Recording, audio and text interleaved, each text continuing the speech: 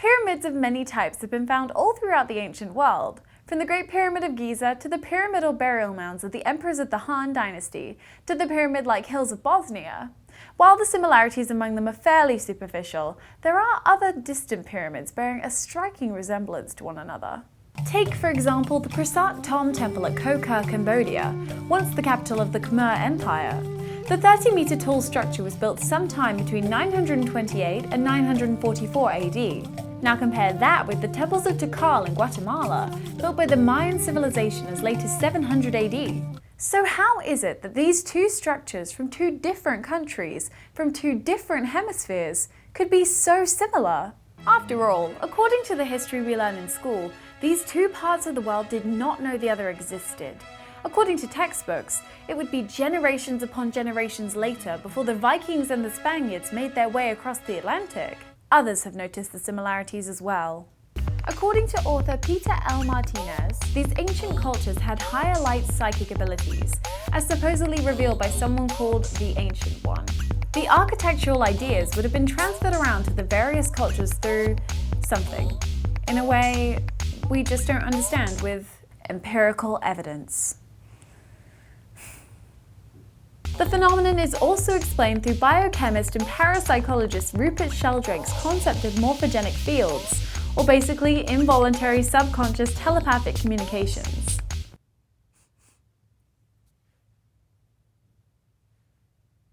And then there are those such as Zecharia Sitchin, who firmly asserts that the entire practice of pyramid building was brought to Earth during the colonization of the planet by an ancient race of extraterrestrials known as the Anunnaki.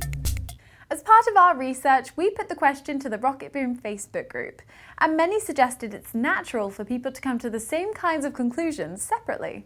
Aaron Johnson writes, "Architecture serves a function. Through trial and error, it is possible for two unrelated societies to independently arrive at the best method of achieving that function." This is a compelling explanation for a lot of inventions, and can very well explain it. Aside from some of the more obvious aspects of the architecture, such as the use of large blocks, there are so many details that appear to be the same. However, this theory that it would be obvious keeps the mind wandering. Of course, all of these theories were built with the presupposition that the ancient cultures of the world were incapable of oceanic exploration, and that their contact with other people was limited to only those reachable by foot or beast of non-burden, as it were.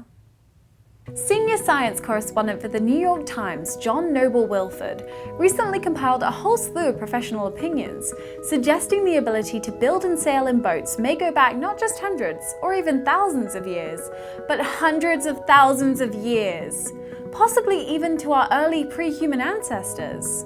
Totally curious, wild and crazy, discontent, rebel without a cause. If it were me, I'd make it. Robert M. Schoch, professor of natural science at the College of General Studies at Boston University, has a similar theory. In his book, Voyages of the Pyramid Builders, Dr. Schoch argues in favor of the existence of a lost civilization of pyramid-building seafaring people who spread their cultural influence around the globe. Dr. Schoch also suggests that much of the cultural development of human history has been started, stopped, and restarted numerous times due to numerous natural disasters, which have further obscured a lot of our supporting evidence. And what about the Mayans themselves? We know so little about them. Archaeologists are still busy uncovering ruins and deciphering hieroglyphic meaning. Who's to say they're unable to get around? All in all, there are a wide number of theories seeking to explain why there are similar pyramids all over the planet, and while we might not yet know the answers, we certainly are reminded that there is still plenty of work to be done in understanding human history.